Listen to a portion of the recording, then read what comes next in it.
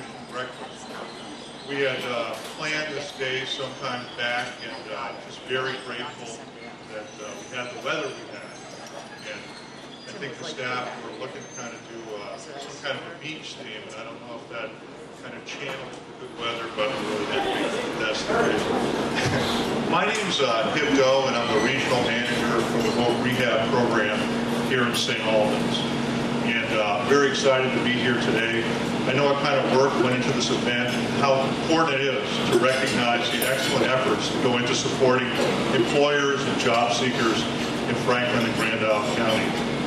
As many of you know, CWS was established 9 years ago by the Vermont Division of Vocational Rehabilitation to coordinate the Agency of Human Services employment programs when it came to employer outreach. Before CWS, any employer that posted a job opening might be contacted by several different employment consultants, all of whom represented a variety of clients with a variety of supports.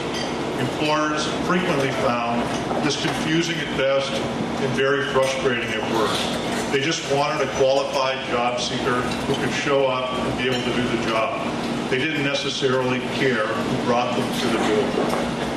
One idea behind CWS was to create a business account manager, or BAM.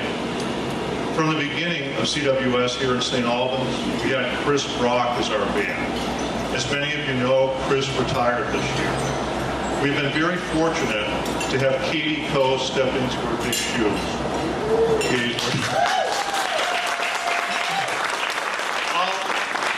I'll introduce Katie to you in a little bit, and a big part of Chris's role, and now Katie's, is to coordinate a team of employment staff we call CWS. This team looks for the best candidate for any job that might be open and links that person to an employer. I've heard over and over from folks about how great the CWS team is, and I couldn't agree more. It's certainly one of the very best that we have here in the state. One of the innovative tools that CWS team members utilize to promote their candidates are collectively known as progressive employment. These tools include mock interviews, employer tours, job shadows, work experiences, and on-the-job training. Work experiences are when job seekers try out the job, and the state of Vermont covers the workers' comp and liability insurance, and also pays a training offset to the participant for part-time hours that are no more than 24 hours a week. In this way, employers can know prospective employees in a try-before-you-buy type model, and participants get the opportunity to experience what a workplace is actually like. These progressive employment tools are widely utilized by our CWS team and have contributed significantly to increased hires. Recently, two employers, K-Tech in Ridgeford and Redstone Villa here in St. Albans, were featured in a national training video for vocational rehabilitation programs across the country on the use of progressive employment and why it's so successful. Another area the CWS teams excel at is getting job seekers linked up with relevant training at area career centers. Our data shows that individuals who obtain training to be a licensed nurse's assistant or get their commercial driver's license or maybe a welding certificate of some kind are more than 20% likely to be hired than someone else who doesn't actually obtain that kind of training. The St. Albans District is one of the best also in the state at utilizing this type of training for its consumers. CWS has made a big difference for our AHS clients seeking employment. I ran the numbers for the St. Albans District, and since 2008, successful permanent employment outcomes have nearly doubled from then until the present. During this time, we have not significantly increased any of our staff. The major change in that time frame has really been CWS and the addition of business account managers like Katie. I would also be remiss if I didn't mention other instrumental partners in the work that CWS does, such as our counselors, our case managers, social workers, caseworkers, support staff, adult education, high school education, individuals, professionals, and all the advocates that we work with people with different types of barriers to employment. As important too are people like Kathy LaVoy at the Workforce Investment Board and Tim Smith at Franklin County Industrial Development Corporation for promoting and establishing training for our area employers. Thanks too to Kristen Pryor, our AHS Field Director, for supportive programs that make this all possible. I want to recognize our close partners also at the Vermont Department of Labor for their great work. It's truly a team effort that makes it all work, from job seeker to counselor, to the CWS employment consultant, to the employer. The partnerships we have in Franklin and Grand Isle County are some of the very best in the state. And it's no surprise to us here. It's just how we live and interact with each other every day. We all need each other, and we know that we can't afford to waste anyone's talents. CWS, employers, and our community partners strive to maximize all the skills of our consumers so that we might grow the economic base for northwestern Vermont and show how employment barriers are never too high to overcome, and disabilities offer many more abilities than anyone ever knew. We have a great program for you here today. We have on the tables, we have the little tent agenda so you can kind of see what's going on. And I just wanted to introduce Katie here as our next part. Katie Coe is our new business account manager, and Katie grew up in Enosburg, went to Enosburg High School. She attended Champlain College and earned a business degree. Before joining the CWS team, she was a sales manager at both the Sheraton and Hilton hotels in Burlington. She also worked as a sales representative at Dealers.com. Katie had a strong desire to work in a profession where she could use her skills to enhance the lives of others in Franklin County, where she grew up and now lives with her husband and daughter in Sheldon. She is a great match for the BAM position, and we are very happy to have her in this role. Welcome, Katie, to our team. Would you please come up and say a few words?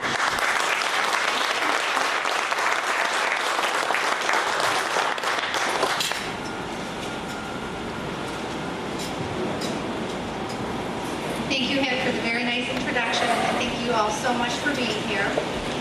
It truly is an honor to be here today and to be working on a great mission here in Franklin and Grand Isle counties. I thought I would take a couple of minutes to tell you a little bit more about how I got here.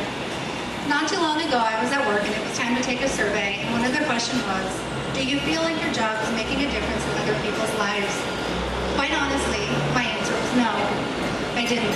Don't get me wrong, I knew the work I was doing was important, and I was, and still am, so thankful for the time that I had in the hospitality industry. However, it was at that point in time I decided I wanted to do something different, to get a job in Franklin County and serve the community that I grew up in and would be raising my children in. I wanted to go to bed at night, put my head on the pillow and think to myself, wow, today I helped change people's lives. I wanted to love my job. Steve Jobs once said, your work is going to fill a large part of your life, and the only way to be truly satisfied is to do what you believe is great work. And the only way to do great work is to love what you do. I wanted to love what I was doing, and so I started looking for a new job. When I saw the position of business account manager listed online, it just felt right to me. I immediately emailed the position and information to my husband, and I just said, this is it, this is meant for me. Thankfully, after the application and interview process, I was offered the position, and I can tell you, I will forever be grateful for this opportunity, and I'm so humbled to be a part of something that is so great and so meaningful to so many. For many reasons, this type of work is especially moving and personal for me. From the second grade on, my brother was on an IEP, an individualized education program. He had an extremely difficult time learning. It was hard for him to read and to write, and it made his years of schooling especially difficult and painful. Not only did he have a hard time learning, but as he got older and into high school, he made poor choices. He dabbled with drugs, he loved to party, and he hated to go to school. I can remember listening to my mom cry on many occasions, just saying, please just get through school. We just need to get you through high school and get your diploma and then do what you want. My mom put in so much energy and effort into getting my brother through school, not something that everyone has the privilege of. While in high school, I know most people thought my brother would amount to nothing, and it was tough and painful. I knew how smart my brother was, even if others didn't see it or understand it. I distinctly remember my brother's friends' mothers talking about how bad my brother was. stay away from him, he won't go far in life. Well, today I can say with pride that my brother has far exceeded any expectations that people had of him. He works for a great company in Colchester and makes an exceptional living. He lives with his wife, who just happens to be an English teacher, which to me is ironic because, again, reading and writing were most difficult for my brother. He even recently started his own excavation business. He's learned how to create bids, contracts, and more. He takes care of business insurance, business loans, and much more. My brother, the kid who people thought would fail, the kid with dyslexia who always needed to be alone in a quiet room to take a test that somebody had to read aloud to him. The point of all this is that people can be so much more than we think. That when given opportunity, support, patience, and time, they can be successful not only at work, but in life. You, as employers in this community, help give opportunities to people like my brother every single day. An opportunity to flourish and succeed. We can never thank you all enough for what you do. Not only have you opened your doors for employment opportunities, but your heart and your minds as well. You provide opportunities that are much more than just a job and a paycheck, but an opportunity to create a wonderful life. You help break down the barriers that for so long have prevented our consumers from being able to move forward in life. You have helped build confidence in our consumers, and you have truly been an integral part in changing their lives for the better. George Eliot once said, "It is never too late to be what you might have been." I truly believe these words, and daily we work together to turn the what might have been into the what is. It is with sincere gratitude and appreciation that I stand here today to thank all of you for what you do. Thank you.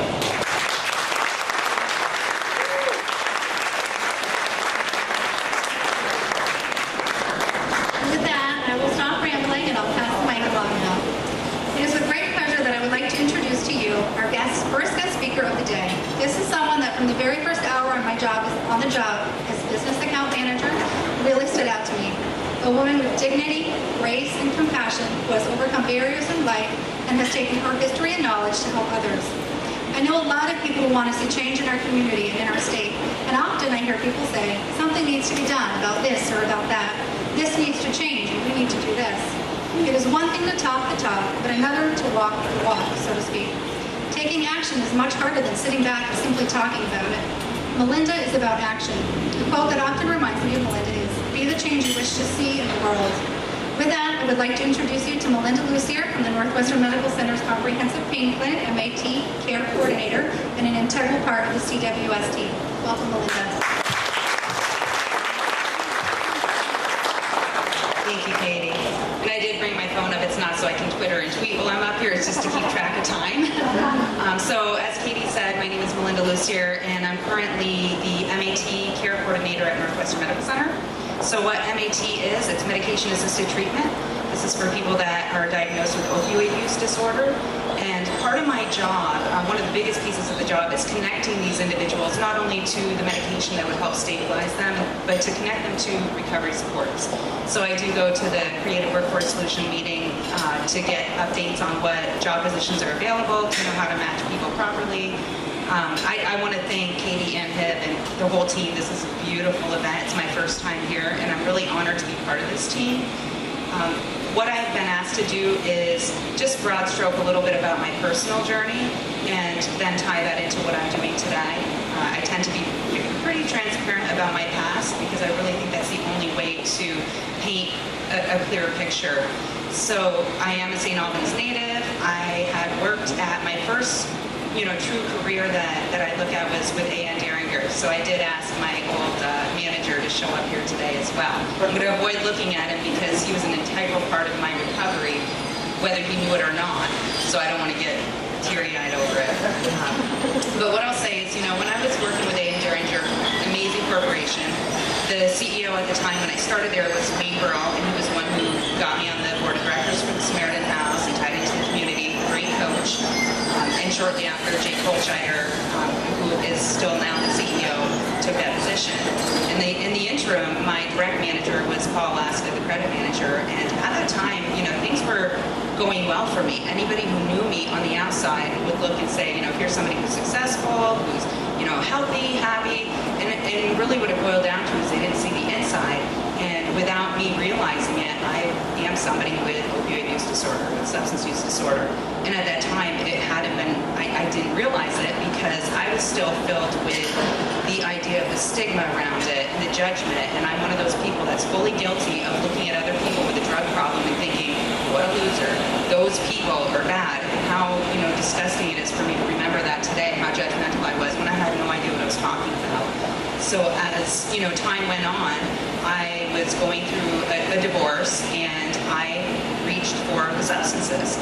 And I remember, going to one of our organization's get-togethers outside of work, and I was with Paul and wanted to buy him a drink. And he says, no thanks. So, I'll get you a drink. No, I don't drink. I had never met anybody in my life that didn't drink. It was baffling to me. I was like, why don't you drink? So you got a problem? Or it's like, no, I just don't like the taste. And it was baffling to me. It was baffling to me to see people that would drink a half a beer and walk away. It's like, well, why bother? So I didn't realize at the time that that's not the way all people thought, that there was something wrong. So, just to say that was my first introduction to somebody who was I don't want to call him normal, but somebody who did have that issue, and it made me really think about maybe I do have a problem. So, I'm going to try to fast forward ahead, but in the course of 10 years, I got 4 DWIs. I got the first one at 18, just chalked it off to partying. I was over in Canada, coming back. Second one at age 21 in the States, and I thought I was being targeted, and the reality is, I thought the city of St. Albans was too well lit, so that's why I forgot to turn off my lights. The interesting thing is, since I stopped drinking, I've never forgotten to turn on my lights. So, again, I would chalk it off to a lot of, I was in denial a lot. I'm not one of those people, but time continued to prove to me that I did in fact have a problem, and until I was willing to get over my pride and learn about it and ask for help, it wasn't going to get any better. So I did end up going through a messy divorce and immediately reached outside of myself for stuff to help me feel better. And that's when I started experimenting with opiates. I got involved with somebody who taught me how to use them. And again, I would almost hide the fact that I knew this person because I was shameful with that lifestyle, and yet I couldn't seem to stay away from it.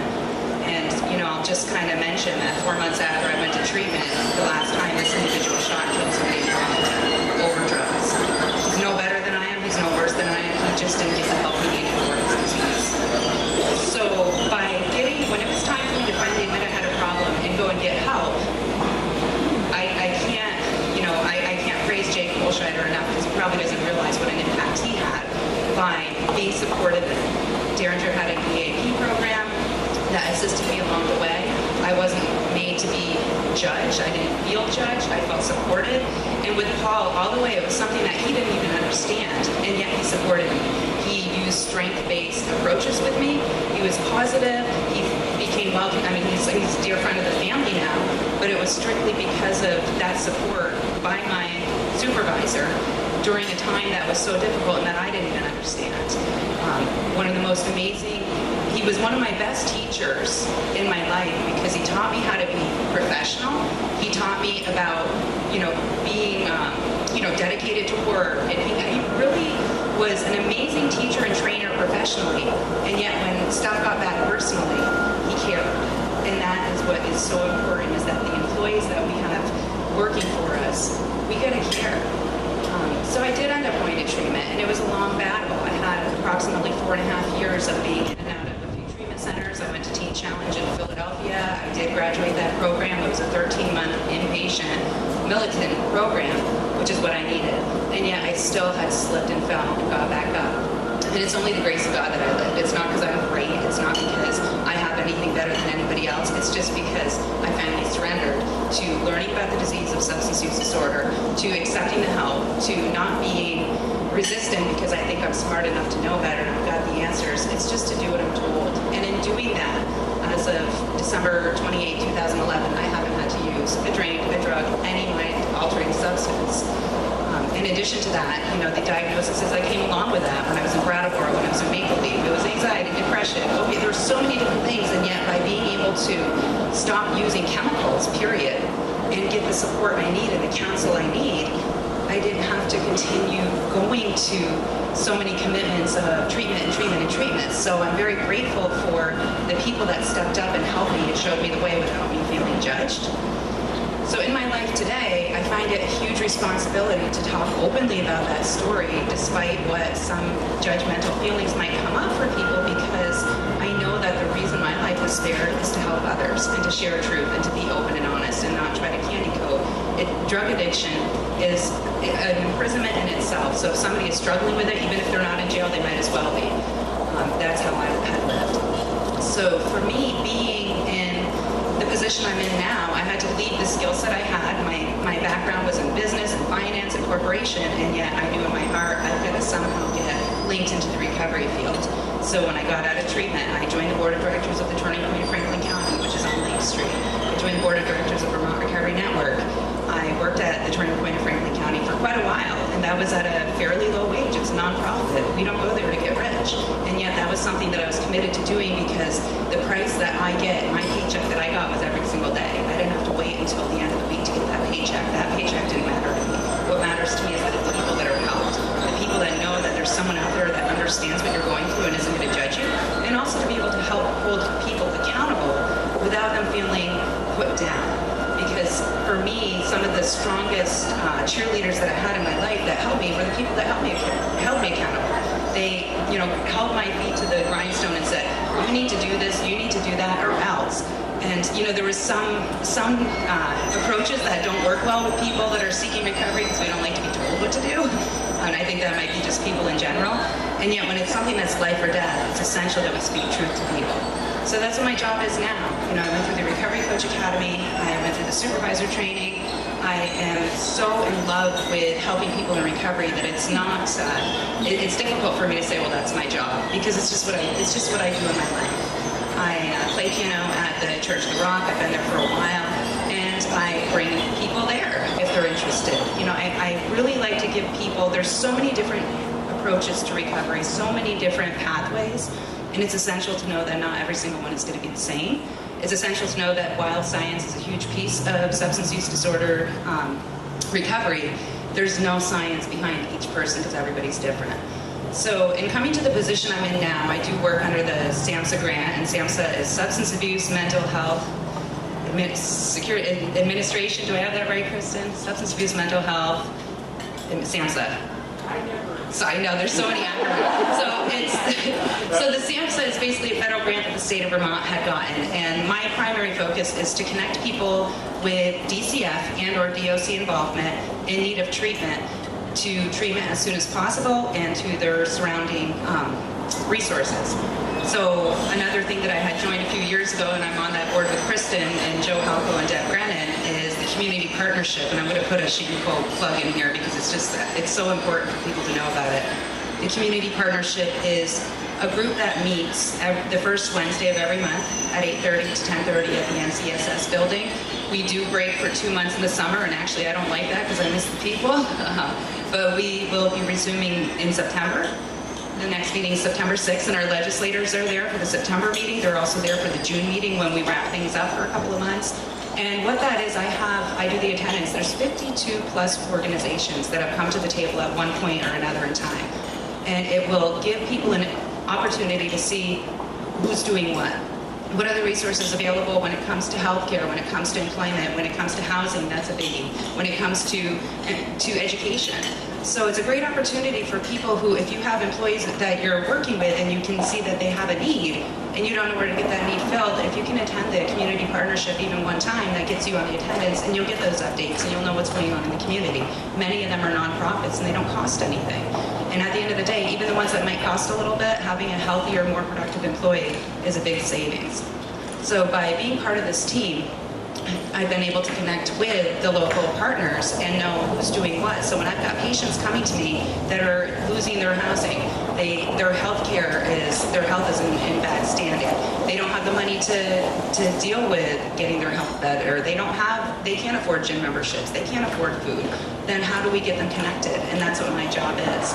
And I have seen some of the patients that I've had come to me through this grant that are participants of the grant. We do partner up with Dartmouth Hitchcock, so there's a research portion. But once they become participants, I have the freedom to help them eliminate those barriers.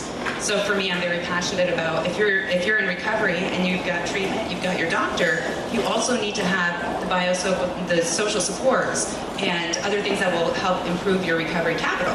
Where do you find that? Well, how about the Turning Point? When I mention that to them, they're scared. I don't blame them. I was scared to death when I had to go the first time too. So I will get right up, take their hand, and walk right down the street with them. Just yesterday, I was at the probation and parole office meeting with 2 different participants that had to meet their probation officers, and they were really scared. They had some issues on the table.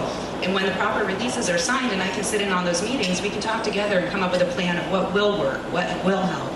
And by having the approach of, I think it was Katie that was mentioning, so many people have this outlook of what's wrong with the world, what's wrong with the world, and it's like, why don't we look at what's right with the world so we have energy to focus on what's wrong with it?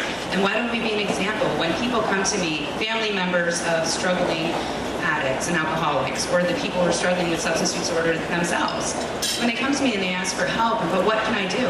The first thing you can do is lead by example. If you're encouraging them to get good sleep, to eat healthy, to exercise, like, are you doing any of those things?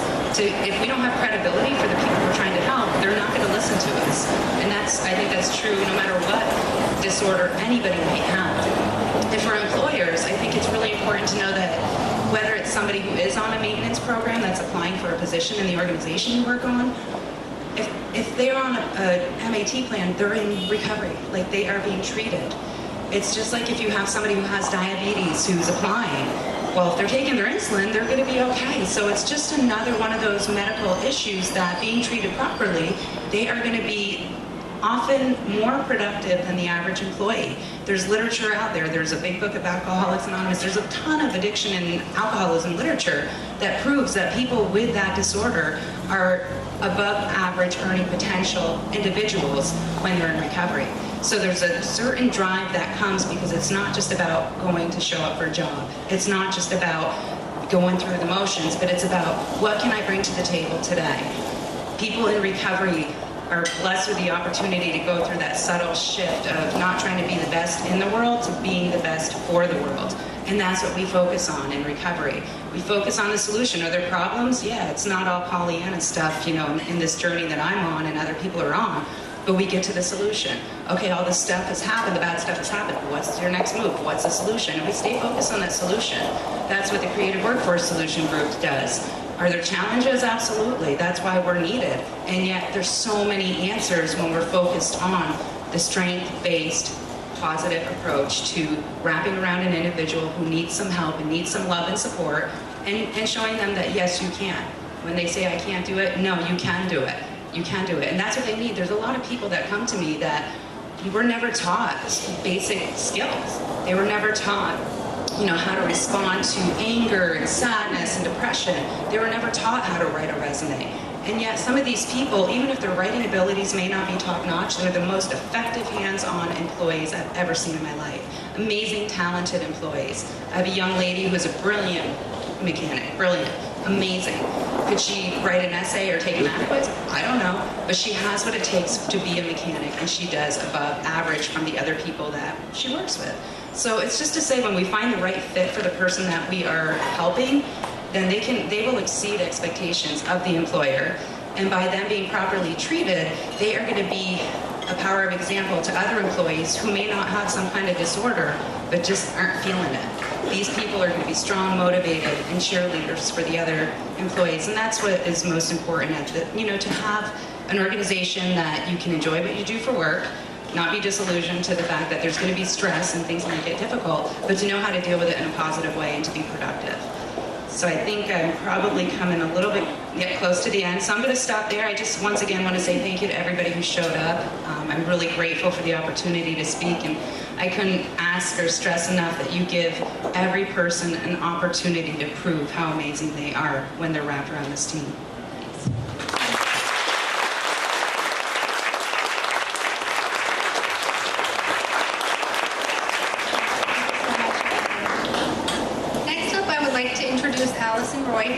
And she's going to introduce somebody from the Albans area, an employer that's going to speak to us today.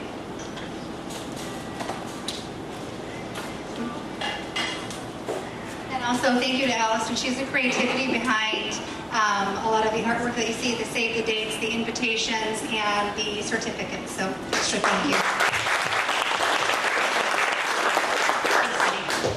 So, I actually didn't know I was going to speak. I don't introduce anybody, so I don't have anything prepared. I'm region case manager.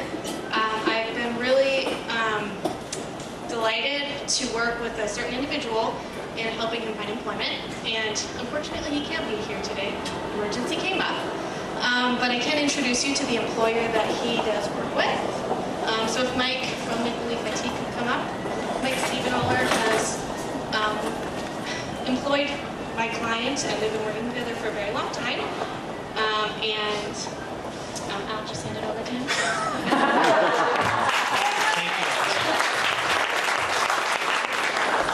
Good morning, my name is Mike Steven-Oller. I am the owner and operator of Maple Leaf IT with my wife, Terry. First thing that happened, and I'll just give you a quick thing with Allison, is she called me up about, I don't know, 3-4 weeks ago to talk about this, and I'm like, I'm from Chicago and I'm a geek. Why do you want me to talk? I'm like, okay, I'll do the best I can. I am hopefully a little bit more, I'm not as dry as a regular IT guy. I did come back from a sales background. I've been in Vermont for the last 6.5, 7 years, but I'm originally from Chicago. My wife is, we have 5 children. We opened up Maple Leaf IT April 2014 out of the house in Highgate, and then we moved right over by where Senesec Yamaha is right now. We're in a small little 350 square foot office, and we're actually moving end of this month into an 1,800 square foot facility because of Allison and because of them getting employment with her. Bringing an employee. His name is Dennis. He's a great guy. And I'm going to try to go back and forth a little bit because since he's not here, he's taking care of an IT issue right now, and I got the long end of the stick to be here to talk to you guys. I don't know if that's a good idea. We'll find out. And then I'll try to come back to the employer side. Maple Leaf IT, just a real quick synopsis of who we are, what we do. We are a small business and residential IT firm. So we consult, we train, we teach, we fix computers, we're geeks, plain and simple. We'll do phones, iPhone repair, we do virus removals, we'll help small businesses, project management, we'll consult, disaster recovery, we'll help build computers, you name it, except we're full geeks. I love Star Wars, Star Trek, you name it. My wife just shakes her head every time when I do something for the winter. Linda knows me very well, Allison knows it's just, I'm full geek. Maple Leaf IT has been a dream of mine for a long time. When we started in April 2014, it was just me and my wife and our 5 kids in our house. I used to work for Homeland Security. I used to work for Dell. I used to work for, Best Buy, Geek Squad, whole 9 yards on that side. So I've gone from the residential side all the way to the business side and back. And I got tired of, unfortunately, having the government look over my shoulder and micromanage anything I did, so I decided to get micromanaged by my wife, which is a lot better than getting micromanaged by the government. We spent the first year working out of the house, and then we made a big jump. Hi, Frank. We made a big jump to going out here to buy Senesec Yamaha Route 7, and we basically decided that first summer it was going to be Terry and I working. By fall, that wasn't going to happen. We have 4 children with special needs. So my wife and I made the decision she was going to come home and take care of the kids. And I started working with Allison quite a bit and with CWS, which was one of the best fits, and they brought Dennis on. First time with Dennis, we need a little background about Dennis. Dennis is like Santa Claus. He's this big, soft, big, cuddly teddy bear. He has a beard like Santa Claus. He acts like Santa Claus. That's the kind of guy that he is. He came to me with very little IT knowledge, very little of anything. As an employer, to me, I like that because I get to mold. I get to be able to teach the way that I want them to be done, stuff to be done in my office, and he bought into my system of how I want to treat our customers and how we want to treat each individual as they are inside the office. So there wasn't any preconceptions with Dennis. Dennis was and his wife Jericho were struggling. They were working at Walmart. Jericho was working at Walmart. They were living with a friend. The friend had massive asbestos issue where they were going to live, they didn't have any place to go. So they had to work with Allison, work with the beach up team and figure that stuff out. In the process of that, Dennis is putting 20 hours a week with me training on how to become an IT professional. He busted his butt. There were some times he had to take some time off of that because he had to go back and take care of personal reasons. I was okay with that. I'm like, you've got to take care of personal before you can come back to work, because if it starts to cross over, it becomes too much of a problem, and then everybody gets to. So as an employer, you have to be able to say, you know what? Family's always first. Work is second. Period. End of story. And that's how our philosophy is in our office. Family's always first. Part of that is because of the fact that I have 4 children with special needs. So whether I'm with a customer or not, all of my customers know that if there's a challenge and my son is having an issue because he has autism, I will do everything I can to take care of what I can to make sure they're up and running, but then I'm gone and I'm going to go take care of my son. I had surgery about 2 months ago. Had a plate put in my neck. I had a massive downfall from that because of the medication that I had never been on before. Had to take care of myself. Every single one of my customers came back to me after I came back to work, and each one, every time I stopped into one of them, gave me a hug because that is who we are. And said, we're just glad you can be back and safe. Dennis is a full-time employee with us as of January 31st of this year. He took care of everything for me while I was gone for almost 3 weeks. And he's been with me now for almost a year and a half. That's how much he's come in that way. And not only did he just take care of things, but he actually built the business for me as a full-time employee. He's a vested interest because not only is he an employee and I keep him as an employee, but he also has an outside. I can actually take that as a friend, as a work friend. It makes a big difference because I'm willing to invest that.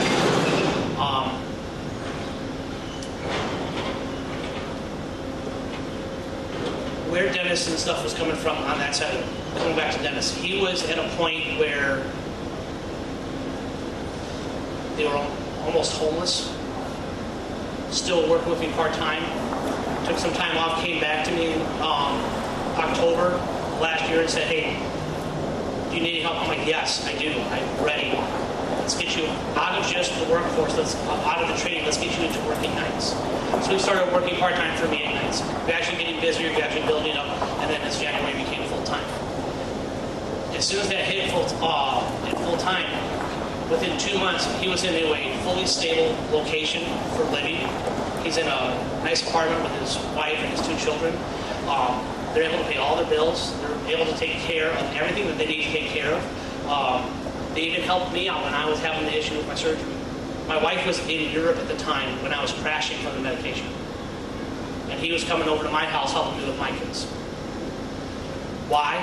Because I put invested interest into him and because he's a good guy.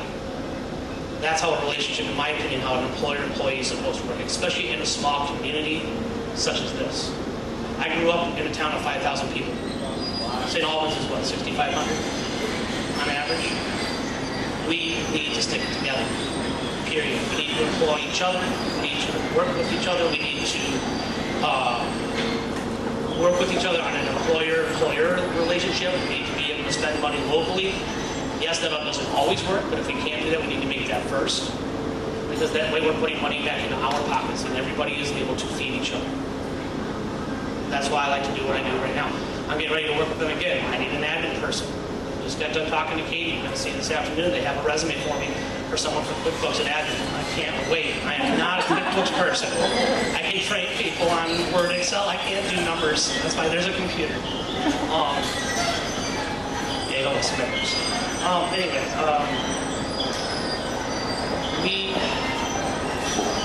there's a lot of hard things as an employer that you have to take care of. Because I had to learn when I'm taking care of an employee. I mean, I've been a sales manager, I've been a management person for a long time.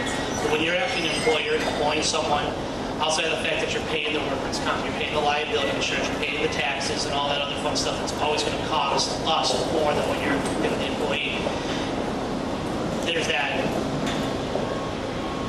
You always have to know where you have to draw that line. And me being as young as I am, doing what I'm doing on IT-wise in this industry, there's always going to be bumps, there's always going to be bruises, there's always going to be a learning curve. You just have to be willing to take those lumps take those bumps and move forward and not just, retract and say, you know what, this isn't going to work. I can't do this. I don't want to do this. This is not what I want. You have to be able to just stand up and say, you know what, okay, either I messed up, this is not the right way to do things, and we need to just find a way to figure things out. There's always a way to figure things out with your employee 99% of the time. You just have to work.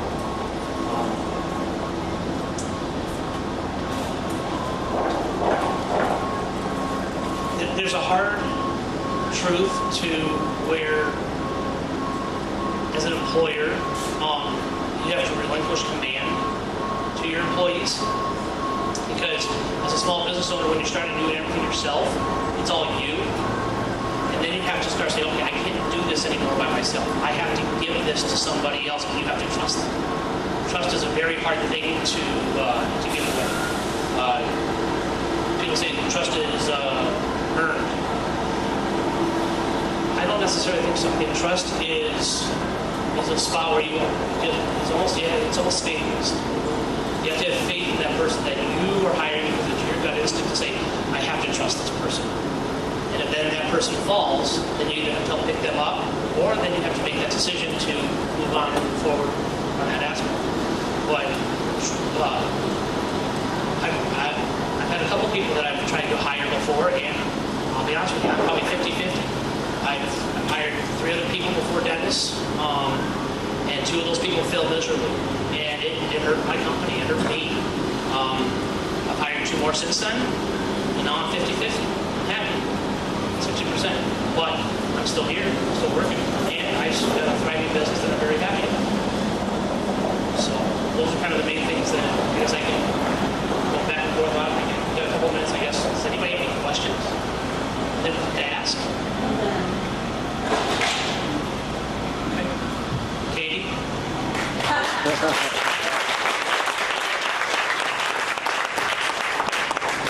Thank you so much, Mike. That was perfect. Next up, I would like to introduce Meg Litzter. Meg is a counselor in the rehab office, so she's going to come up now and introduce our last speaker of the day.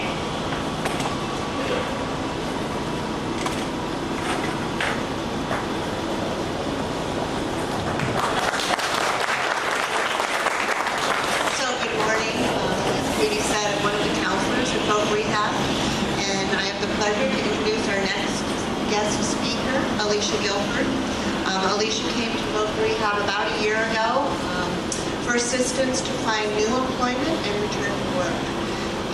Alicia worked with several different members of our Vocational Rehab, Favor, and Creative Workforce Solutions team, including myself, our senior employment consultant with Favor, Shane Collins, our Vocational Rehab benefits counselor, and our former business account manager, Chris Brock.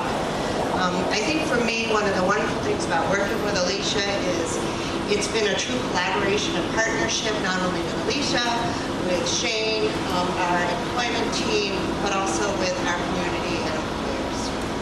So Alicia's here to share her perspective and experience. So please welcome Alicia.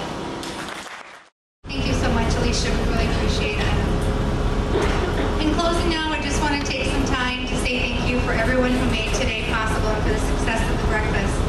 To Erica and her crew at One Federal, we had Ed this morning and Chase, and then Chef Marcus. Thank you again for a wonderful event, amazing food, and great atmosphere. I mentioned it before, but a special thank you to Allison Roy from our agency partner for all of her extra time and effort spent in making this event successful. Creativity with some of the artwork is just not my thing. Should have seen some of the things that I sent her that I tried to do that she pretty much had to recreate from scratch. Just not my forte.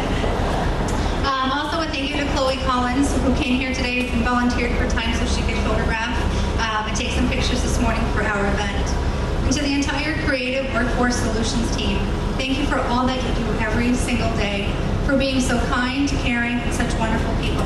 And if we could just have a couple of minutes here and have our Creative Workforce Solutions team just please stand up.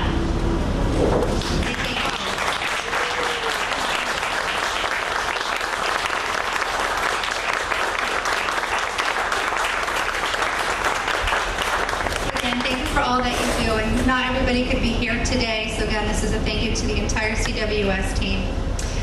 And to our employers, again, we can never thank you enough for what you do, for being open-minded, opening your hearts and opening your doors to the people in our community that just have those barriers that we need to knock down and work together to do so. Again, thank you for being here. We appreciate all that you do for us and that you continue to do. If I haven't knocked on your door yet, I will, so get ready for me. I know I have huge shoes to fill with Chris Brock not being here. I've had the opportunity to meet with her on a couple occasions, and she's truly phenomenal, and I will do my best to take care of everyone, but certainly I look forward to meeting with you all and to working with you. Thank you very much.